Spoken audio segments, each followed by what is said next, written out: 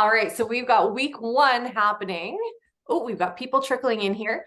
Successful women think differently. And I know we have a couple men on our team who are building businesses, and this is equally as important for you as it is for the women. This is not female specific.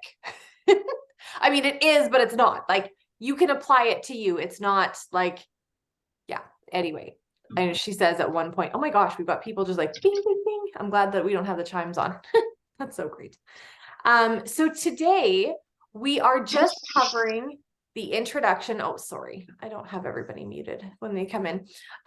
We are just going to be going through the introduction and then whatever she calls the first, the 7 key decisions for this book.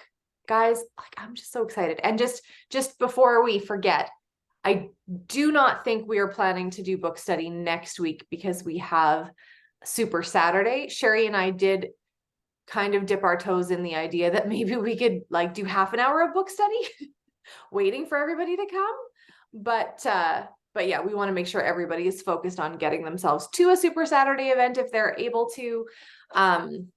So yeah, anyway, so successful women think differently. Starting with the introduction, it's all in your mind. And I think this is a really, it's a really interesting place to start, because I think that, and maybe I'm wrong, but I certainly have looked at other women who have been wildly successful, and not that I've thought poorly about them. In fact, like I'm thinking Plexus, and I always have looked at diamonds, or like, okay, here's a prime example. Trisha Rieger. We're going to talk lots about her lately. Trisha Rieger. And I look at her and I just go, huh. You ever find yourself looking at somebody else who is super successful and just like realize your mouth is hanging open and your head is cocked a little to the side and you're like, so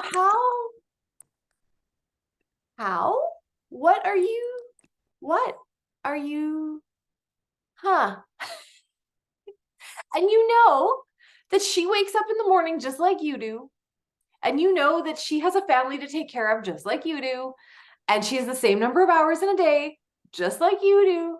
But somehow she is finding different success than, well, also any of us are, right? And you just kind of go, huh, I wonder.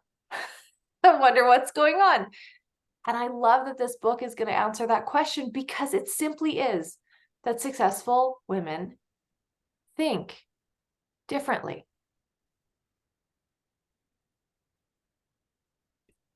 Yeah, Jimmy says she puts her pants on one leg at a time like you do. Yes.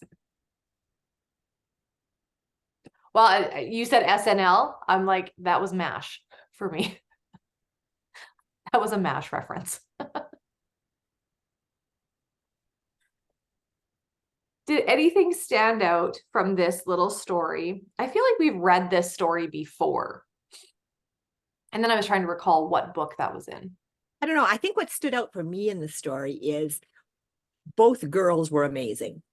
One chose what, for her personality, was the safe route.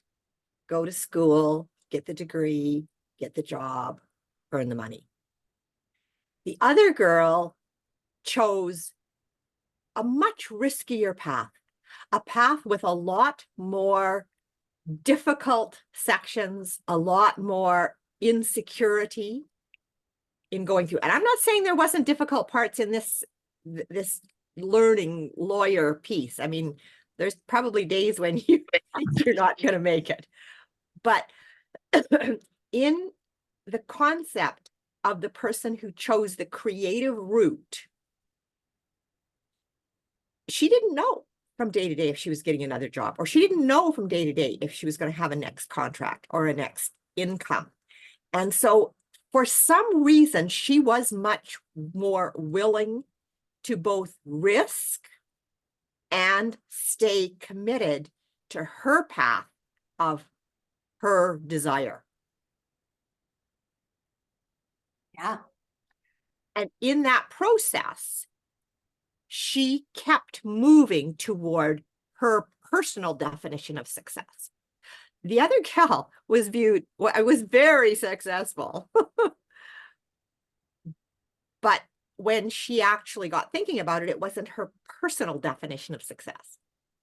Whereas the second girl, Angela, the thought that if it doesn't work out, I'll try something else, somehow kept her focused on what she was trying to go for all the time.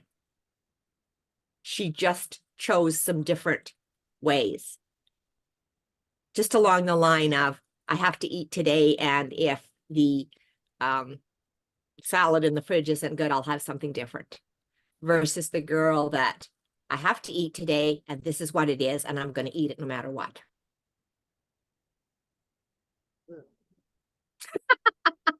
I saw that look, Janelle. That's well put. You know, I think it's just fascinating because, like you said, the one girl who's Michelle worked hard.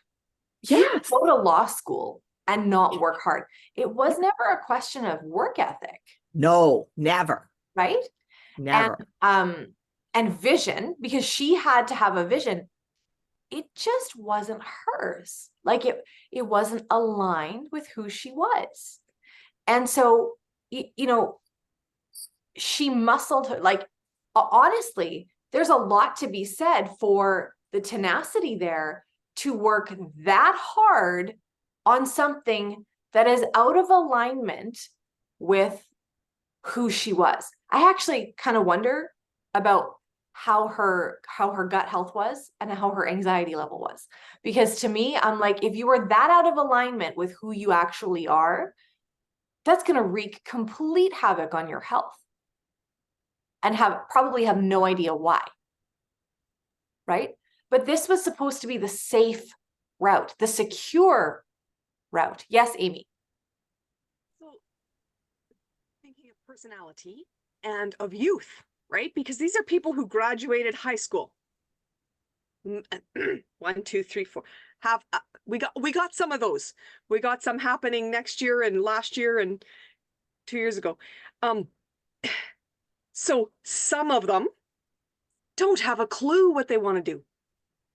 And some of them are doing the safe route because they want to grow and learn who they are. Some of them are working because they want the safe route and want to learn and grow on who they are. Some of them are passionate about what they're learning and growing about. But even from this side, you can be like, yeah, you're passionate about it, but you're still trying to find you in the big board. I like how you said that, because I want to say that how many of us get to be like 40 years old and still haven't totally figured out who we are, right? And I love that you brought up like high school graduation. So I think that there's a lot of pressure on these kids to make a decision for the rest of their lives. Now, I'm going to insert like more of an extreme. We are aware of a situation where there's a kid who is in foster care in the system, who is turning 18, graduating high school, has complex medical needs, and is absolutely terrified because they don't know what they want to do. They don't really have a home base. They don't know what support they're going to have. They don't, like, all of these things. I mean, I look at kids who have a great family background and they've got all the support. They still don't know what they want to do, and they're at loose ends. And then I look at these other kids that are like, that don't have these pieces, and you just go, whoa, the prayer that you need and the structure, like, I just absolutely blows my mind. But going back to this, like, we can, if we are not spending time really thinking these things through, like, where am I? Like, who am I? And we're going to get into that, like identity, being authentic. There's some discovery that needs to go into that first before we can actually answer the question, like, what am I aligned with? Right. I think And the other part of that, Go I'm just ahead. going to interrupt for a minute, Janelle. I think the other part of that is who you are today is what your vision today is based on, and what your Yes. goals today are based on. And if we believe that personal growth is one of the most important things we can do for ourselves, for our life, for the people around us, I pray that who I am next year will have a different vision, maybe even slightly different goals, and that's okay. So it's okay to start where you are, to move forward with your goals, with your support, to do all those things, and to shift and pivot as you grow, and hopefully as the people around you grow and see you growing and support you doing new and different things. It's almost like shedding of skin, right? It's like when as you gain further clarity into where you want to go, then pieces just fall off.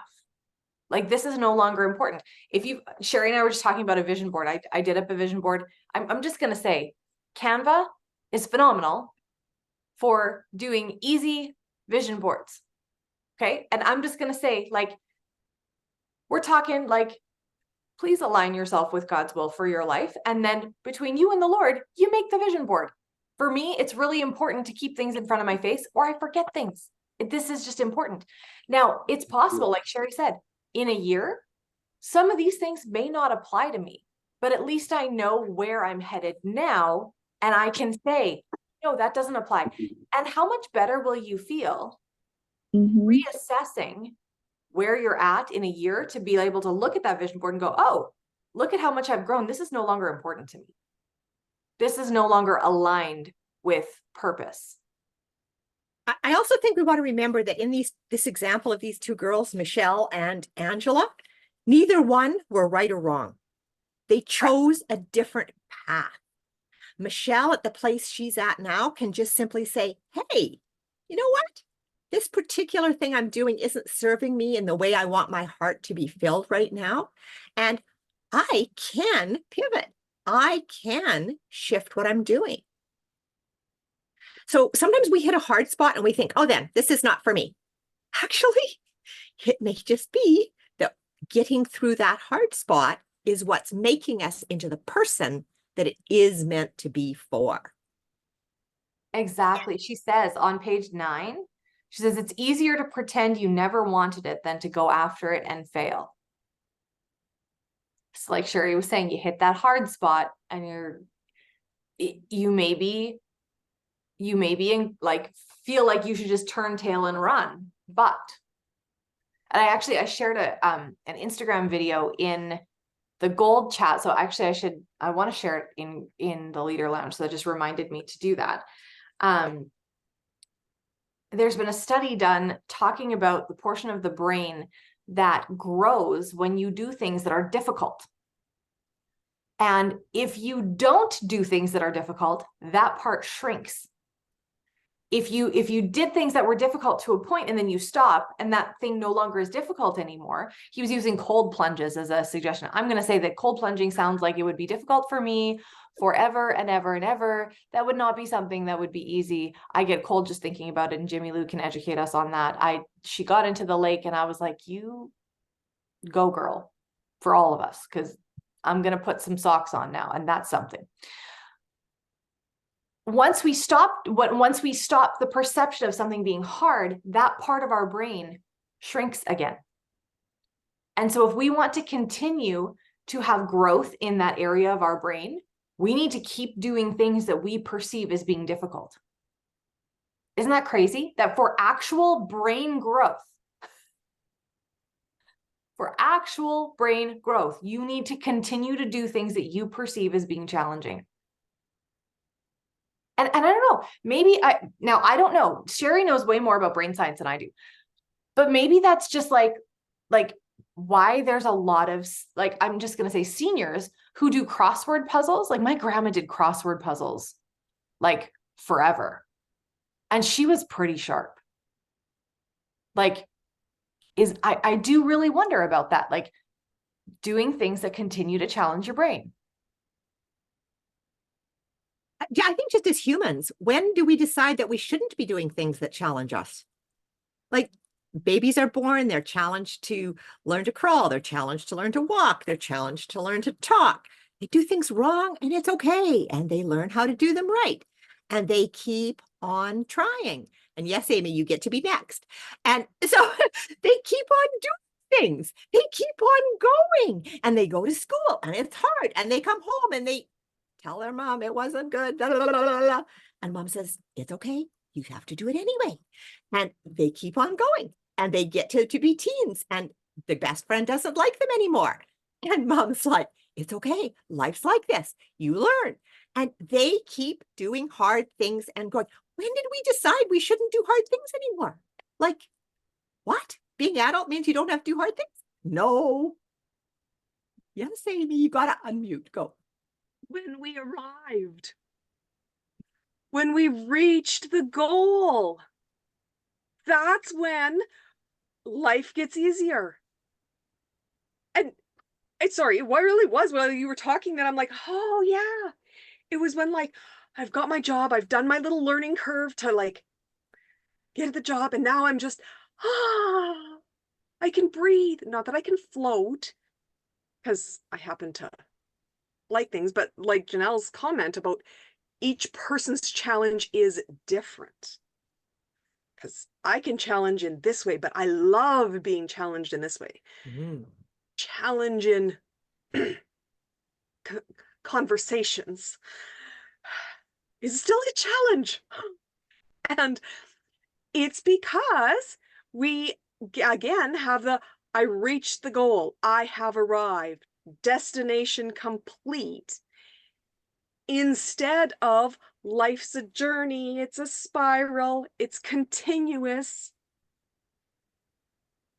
There's just downhill slopes and there's going to be another uphill one. It's walking to school uphill both ways every day, guaranteed.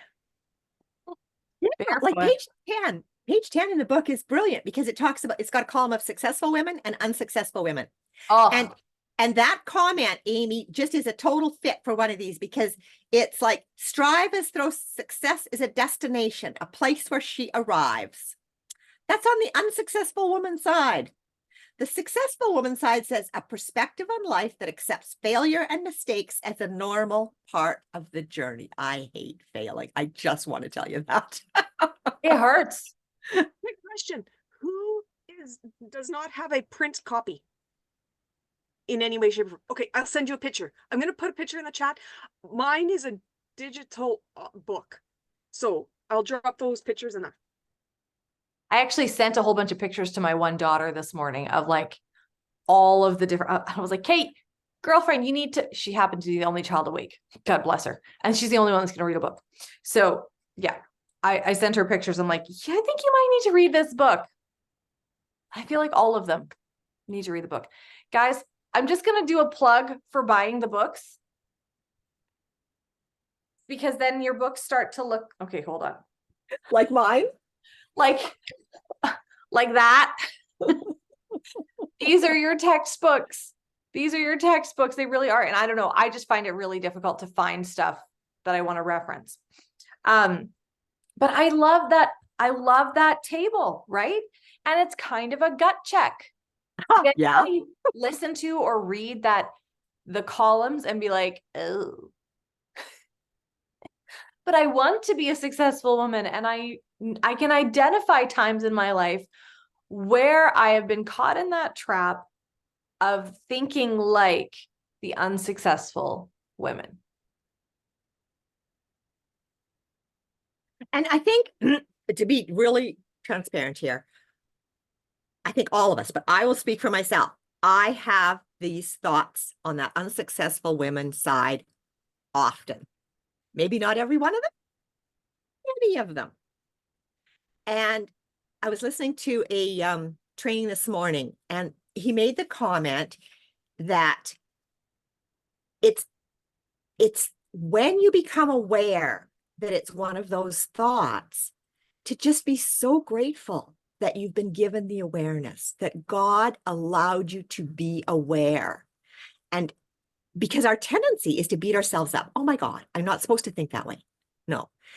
Thank God for the awareness that you actually recognize that that's a thought that's not serving you. And And for the allow it. conviction. Sorry, I'm just going to insert that. And for the conviction of change. That's all. Keep going. And allow it to flow away from you. Don't invest energy in it. Don't invest time in it.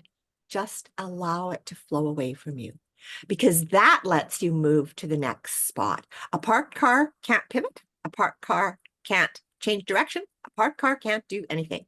So unless you're moving, you're not able to move toward what you actually want. And again, on that thankfulness thing, and I am so thankful for all of you who are choosing to be here and to do hard things. I'm going to say, this is going to hurt. Like, all good personal growth books will leave you with a sore backside, right? So congratulations for, maybe you didn't know what you're getting into. Surprise.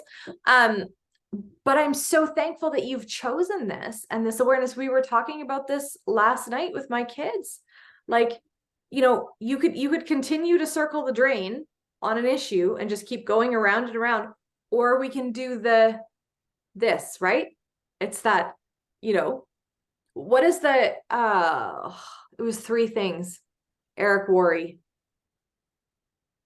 Well, John Maxwell talks about do, review, replan, and redo. Yes. Eric Worre uses 3 different terms, I think. It was something else, Similar and it's concept. in my notes here somewhere, but Yeah. who knows where it is. Anyway, it's okay. It's not that big of a deal, but I do have it right here. But it's just that concept. Oh, plan, do, review. Yeah, same thing. Plan, do, review. Keep going up, right? And you can be thankful that you're not where you were a year ago, right? Somebody else said, if you don't change, I've seen this floating around. If you don't change your habits, your mindset, like those things, you will not have a new year. You'll just have a repeat of the one that you had. And I know that that's not any of you guys here. And I'm so thankful for the space that we have to grow together. So I love how she said on the bottom of 13, your maker endowed you with gifts, talents, passions, and experiences that are unique to you. And I would love for everyone just to take a second and realize the value that you possess, the way that God made you, and what he poured into you is specifically to you. You are incredibly valuable. And to really just give yourself that permission to identify the value that God gave you. Gifts, talents, and ability, they're yours. And we all need them from you. We need you as part of the community. Like there's just so many pieces, and we can spend our time going down that garbage lane, right? And getting caught in the unsuccessful thoughts. But like Sherry said, don't need to camp on them. Let them flow away from you and exist in that positive mindset space, realizing what value you possess. So can I ask, the definition of success, have you guys given much thought to how you define success for you? Now, oddly enough, we tend to hold ourselves to a higher, if not impossible, standard. We'd look at other people and say, oh, they're successful. And there's evidence there that you can pick out from other people far easier than you can pick out from yourself. But do you have a definition of success for you?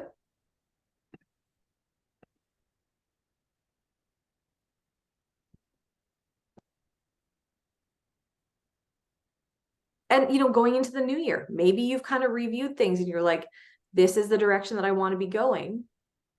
What does that look like?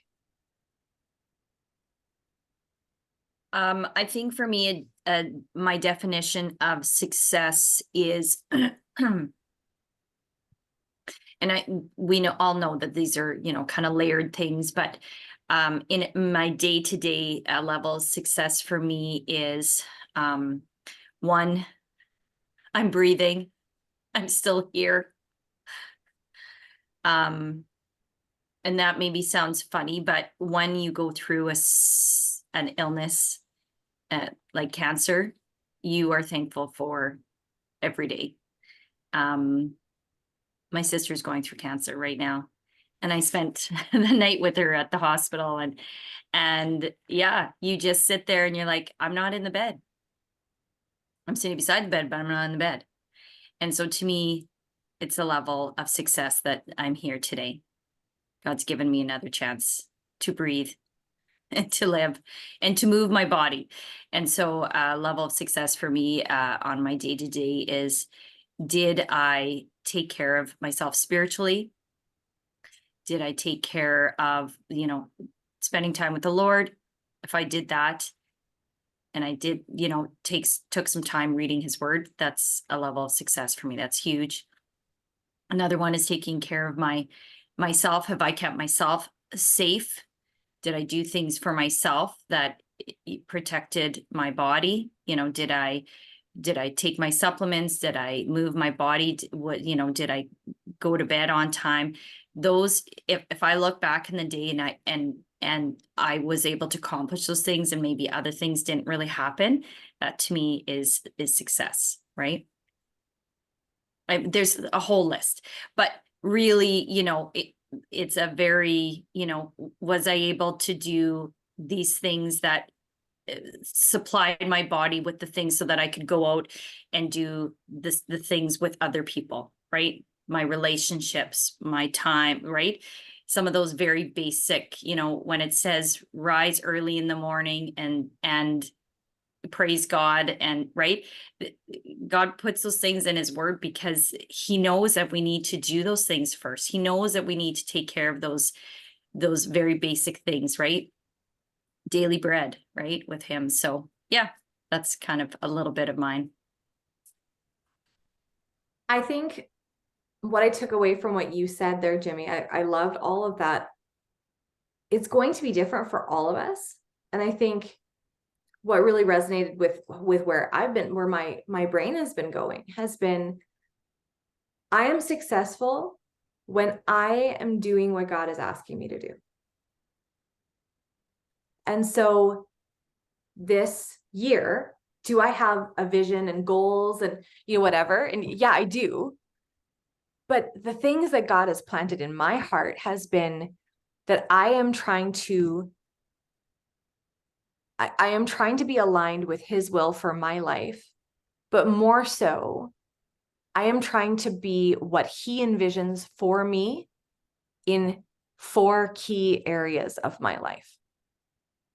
And so, in my spiritual and personal growth, for example, am I reading my Bible every day? Am I spending time in prayer? Am I listening to those prompts of the Holy Spirit where all of a sudden just a name pops up in my head in the middle of the day for no apparent reason? Am I taking time to stop and pray for that person? Am I aligning myself with his will for my life in these areas? And am I acting on the things that he's asking me to act on in the right time, instead of pushing it to this, oh, I'll read my Bible later. Oh, I'll spend some more time in prayer later. Oh, I'll, wake up in the middle of the night. Who do I need to be praying for? Right? Just really choosing to align ourselves with God's will for our lives. How can I be a blessing, God, in my kitchen today? Blech. Gosh, I don't like being in my kitchen. I spend most of my time in my kitchen. I don't like it. Do I have a grumbly heart when I'm in my kitchen and I'm cleaning up, or do I have a thankful heart? How can I bless people more? How can I be Jesus with skin on in those key areas of my life? So for me, the key areas are personal spiritual growth, my business, So am I being intentional in the way that, like, do everything as if unto the Lord and not for men? Am I doing it that way? Am I acting that way in my home, like serving in my home, and my time with my family? So home and family are different to me, right? So those are the key areas that God has brought to me. And now your areas might be different and your thought processes may be different, but that's kind of a different, refreshed version of success for me. Is, am I going in the direction God's asking me to?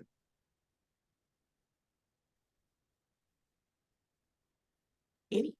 Amy? I liked her question, coach you prompts in that section. So they started out with purpose. Who do you impact? Yes. And the next one was resilience. And what is your most meaningful goal? And then she went to joy, and the question was, what brings you joy? And those questions were just to help review for you. So who do you impact? Funny thing is, I impact my children daily, because if I don't feed them, they notice. Well, unless there's leftovers in the fridge and then they make their own food.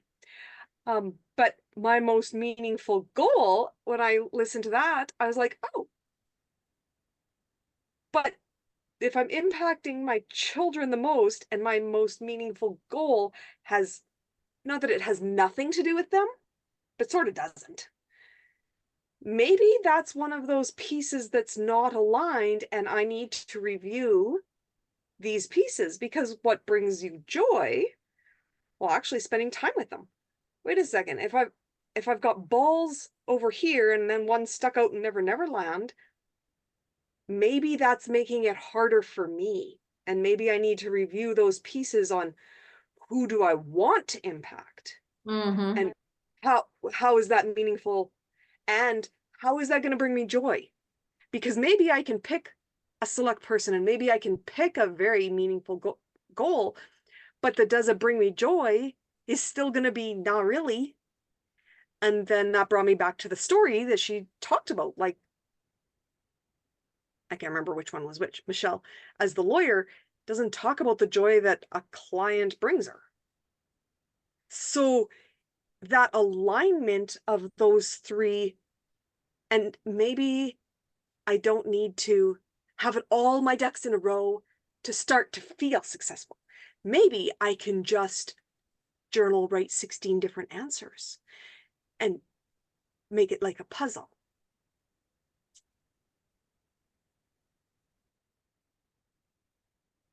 I just started to write down the people that I impact. I'd suggest that you do the same. Start thinking about the circles, right? And Amy, when you were talking, there's a lot of people you guys can impact. Like if you chose to drive downtown in a city today and start handing out hot cups of coffee to people that are sitting on the street, you have impacted those people. And that's a good thing to do. But we are not necessarily called to impact every single individual on the face of the planet. There are people in your inner circle, like you said, children, if you don't feed them, they notice. They're dependent on you for your impact. There are days I hand them a package of ramen noodles, or I tell them that they're in the basement, and that's my impact. Go ahead, make your own stuff, which also equipping. Sometimes we see it as that, but other times I can impact them further depending on what the need is, right? So we can have small impact or we can have larger impact depending on how we feel called. I think we want to make sure that we don't think impact has to be in person, because everyone on this screen is offering us their impact by being present. Even if they're not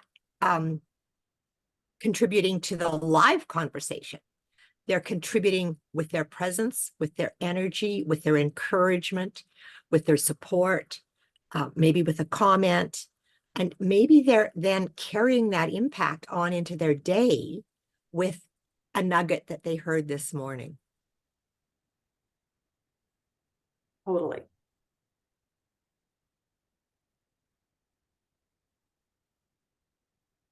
And her question is, how is someone's life better because she crossed your path or he crossed your path?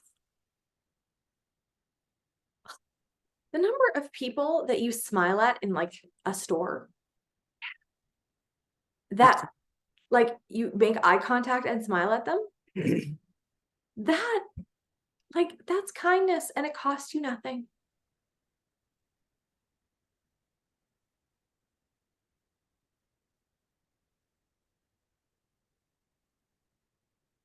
Linda, yes. You're talking about smiling at people. That's something I always do, even when I'm in the city, but the people that just stare right through you there's very few that will smile back at you. I can't believe that. It just, yeah. So on Christmas Day, we were in Calgary and I went for a walk. It's beautiful. And I thought, oh, I'm going to go for a nice little walk in the afternoon or more eating. And as I was walking down the path, a couple walked past me and they said, "Merry Christmas." And I was like, hey, great idea. So wherever I walked, I was like, "Merry Christmas." And they're like, "Merry Christmas, Merry." And it was interesting. Some people were like, "Merry Christmas." Like they were kind of surprised that somebody talked to them. And so, I loved it. And I hopefully got something started on that day along the path that I was walking. Hopefully it kept going. It was residual and other people were doing it to other people and saying Merry Christmas. And it was just like, yeah, I was at one point I passed the same people because I was doing like a path. And at one point I passed the same people and said Merry Christmas. They're like, "Yeah, it's Merry Christmas again." Right. Like, yeah. So yeah. And you know what, Linda, it's sad because there's people in this world that they're just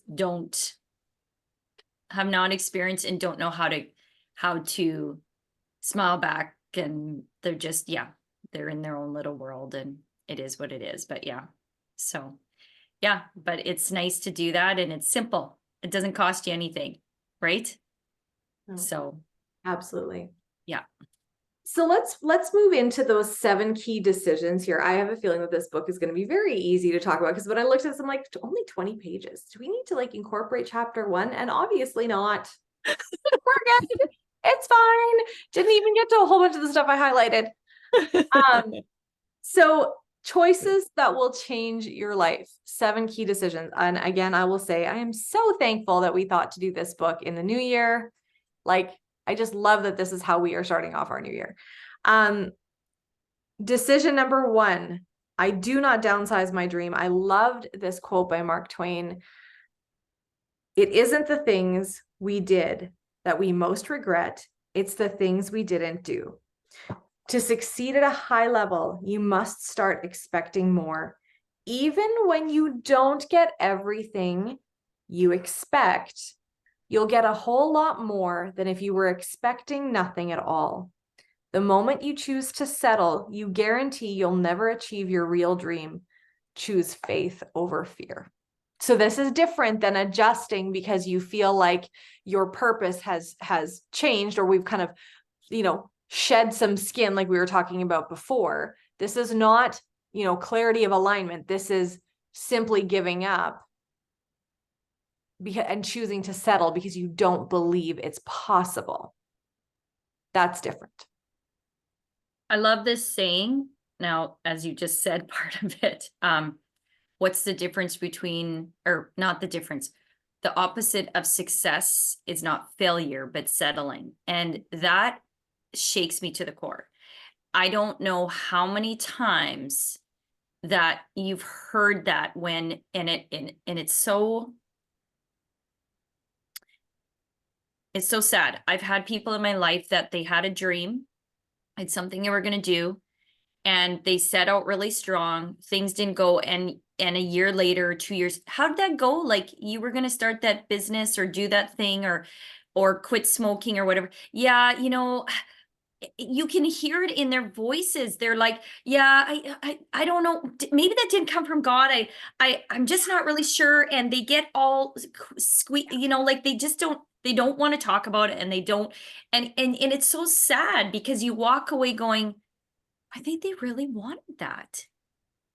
We talk ourselves out of it. I talk myself out of like, okay, so you talked about, I'll go back to the ice thing. So it was like, I can't remember. I think it was New Year's Eve, and Josiah did it. And so my niece Melissa said, let's go do it. Do you have your bathing suit on? I'm like, I don't. Okay. We were going to go for a walk. No, I'm going to go put on my bathing suit. And we just started going. And who else is coming? Let's do it. Okay. We're all going to do it. Yay. You know, it's exciting when everybody's doing it. Right. And so we jumped, you know, whatever, didn't even think about it, didn't think about the cold, just go do it, right? The next day, it's interesting how your brain works. The next day, somebody says, are we going to go do it? Well, maybe we're going to do it. I don't know. Are you going to do it? I don't know. Are you going to do it? Well, it looks like it's windy outside. Oh, shoot, it's windy outside. And you start talking yourself out of it. Anyways, it ended up being that some people started walking down. We had some people come that are just friends, and they wanted to do it. And so they were ready to go. I didn't have my bathing suit on. And so I just walked down. Well, of course, I'm not going to do it now. I don't have my bathing suit on. I'm not going to just jump in there. And it was windy, right? We can tell ourselves everything. Like, oh, we're just horrible that way, are we not? So yeah, so I didn't do it the second. I wanted to do New Year's Day, just to say, hey, I did it for 2023 and 2024. But I didn't have my bathing suit on, and those are my excuses. And it was windy. That's my excuses, and that's really sad. So yeah, it's totally true. If I tattooed something on my body, I love that saying. The opposite of failure, or the opposite of success, is not failure, but settling, because we do it all the time. We talk ourselves out of the best things ever. So I just want to ask, because I'm thinking about that whole like avoid discomfort, seek pleasure, like avoid pain, seek pleasure, cold concept. How do you think you would have felt, Jimmy, had you started to go out the door to walk down with everyone to cheer everybody else on? And you went, nope, I'm going back for my bathing suit. And you went and put on your bathing suit and you walked down there and you jumped in and you got out. How do you think you would have felt? Would you still be thinking about the pain of going in? Or would the pleasure center have like lit up like a Christmas tree? 100% pleasure center. Isn't that funny? It was an absolutely amazing experience. And yeah, I would 100% want to do that again. And really sad that I didn't take the opportunity, because it probably won't come again, because Diefenbaker Lake has never been like this ever, right? Very low. It's very low. It's very low. Not frozen. I was on the other side. I was on the other side of it, a little further down. We could have, yeah. Anyway, so isn't it interesting though? So if we want to relate this to plexus, right? I really need to send that message to that person, because I know I just have this feeling in my heart that they need what I have. Oh, but I'm really uncomfortable with sending that message. Oh, but it might make me look foolish. Oh, but I need to go switch out the laundry.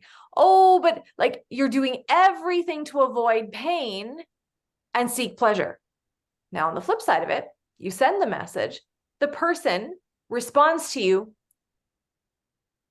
And even if they don't go anywhere, you have that feeling of success because you sent the message. Now, furthermore, what if that person started? Are you looking, are you now looking at how much the discomfort was? Still, are you focused on the discomfort from that? Or you focused on the pleasure center that lit up like a Christmas tree because now you have a new VIP and now you can have great conversations. I think we are so inclined to believe that the pain is always going to be this massive monster that we forget about how good it feels to be on the other side of it.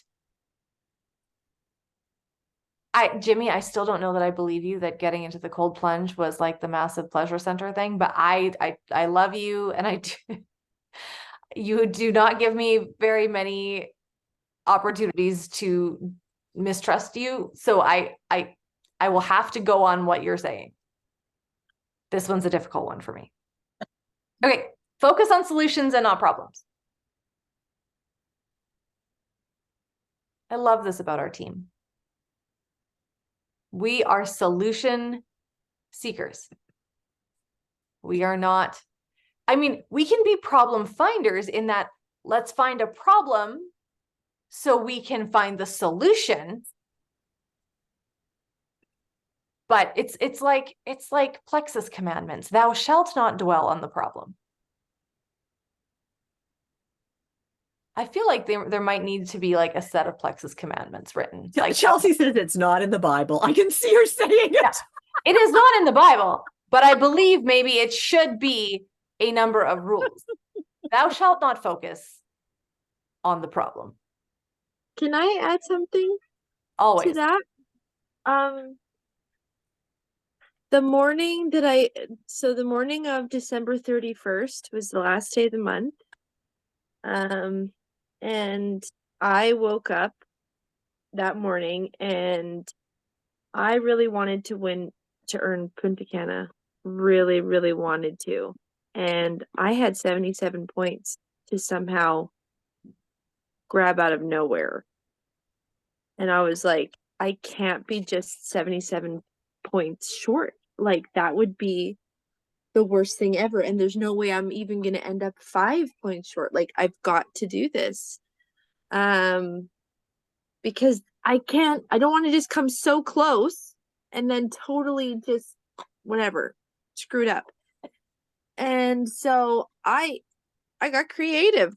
I was like, okay, who can I retain?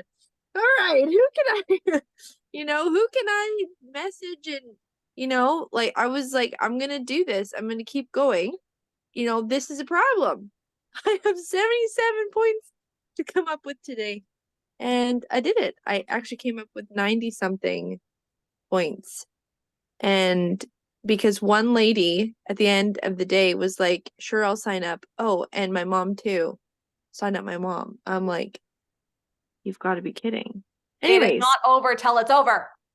Yeah, and this was literally in the last hour. And that's why I was freaking out, because I'm like, do we have 20 minutes or an hour and 20 minutes? Because this lady just told me she wants to sign everyone up. Okay, so but I also had to pray a lot, because I was like, Jesus, please, I really want to go to Punta Cana. And I do not want to be like 5 points short. This would suck. Please don't. I need a miracle. That's beautiful. And by the way, you haven't had your face on when we were talking about how amazing you are. Huge congratulations for sponsoring Thank 10 you. people between you and Rainer last month. Like, you're like the little engine that could. Like, I think I can. Just a little bit more Jesus, a little bit more fuel on the fire, and like, just keep going. It's just phenomenal. Absolutely phenomenal. Thank you. And I'll just look at these key decisions in regards to Chelsea's goal. I don't downsize my dream. She didn't change her mind. She was focused on Punta Cana. I focus on solutions, not problems. She focused on finding a way. Who can I retain? What's the solution? I choose to be authentic. I'm pretty sure every conversation she had was, this is what I'm doing. This is where I'm going. This is what I need. Total authenticity. Choose courage over fear is decision 4. And I'll tell you, it takes courage to make some of those calls, some of those messages. And then the fifth one is I choose relationships wisely and nurture them intentionally. And if she had not been doing that, she would not have had the response she had. Those were the seeds she'd planted over and over and over. And the sixth one, I will actively seek feedback and use it to grow. And if she hadn't been doing that in the last 3 years or more since she started, she would not have grown to the place she is today. So and decision 7 is I know my purpose. I take daily action in the direction of my vision. And her prayers tell us that every time she's here talking. So I want to say kudos to you, Chelsea, on those 7 decisions that we all need to be reminded to make every day. And I see you making. Thank you, Sherry. And you helped me with your coaching call. That was really helpful. Oh, Thank you. so between the two of you, I'm just sitting here. I totally agree with all of these things. And I'm just sitting here in awe of our company who incentivizes us with ridiculous things like trips and bubbles and fun things to change people's lives. Like what even? Like we're not selling rocks. Like they're giving us the carrots, like they're dangling the carrots so that we further impact lives. Like that's exactly what Chelsea did. She chose to multiply her impact in December. Yeah, I have to read what Sharon said.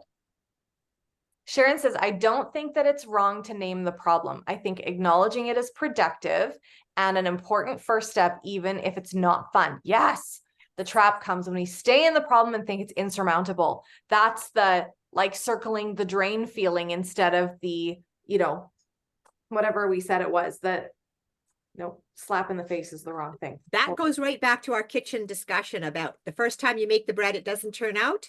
Yeah. That's the problem. Name the problem. The bread's not good, period. Right?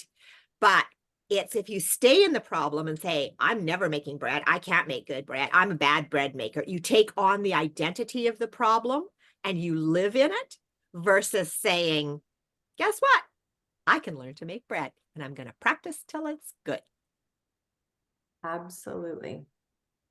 Absolutely. Decision 7. We're getting to the end of our time. Oops, that's me with bread, Chelsea. That's funny. So I know my purpose and I take daily action in the direction of my vision. That is positioned so differently than, do you know your why? Not that it's bad to say, do you know your why? But sometimes we just need to view the question from a different angle.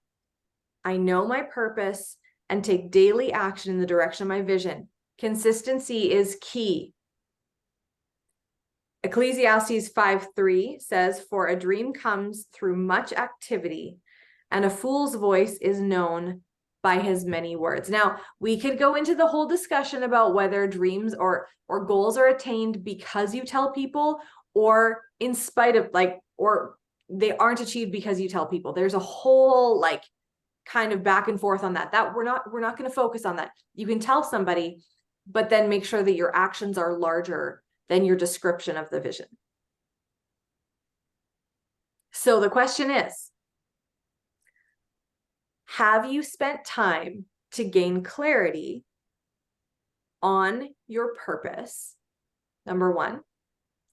And what daily action is required to become closer to that purpose every day?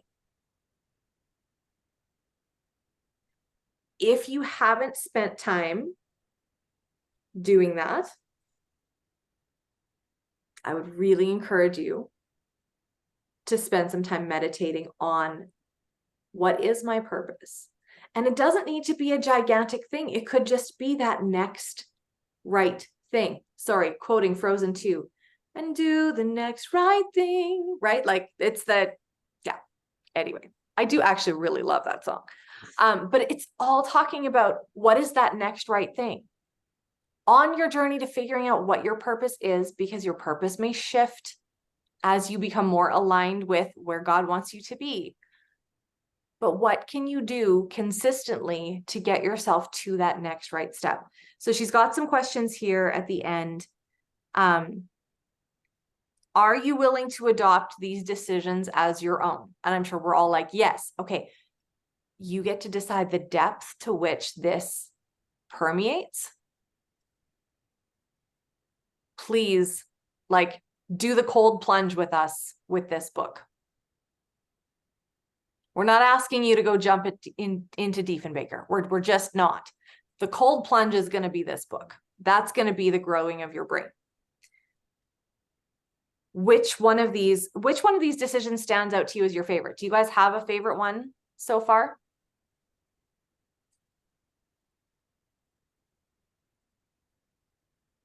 Can you read them again? Sure. The first one is over the page. I do not downsize my dreams. 2, I focus on solutions, not problems. 3, I choose to be authentic. 4, I choose courage over fear. 5, I choose relationships wisely and nurture them intentionally. 6, I will actively seek feedback and use it to grow. And 7, I know my purpose and take daily action in the direction of my vision. And Amy actually has them in the chat so far.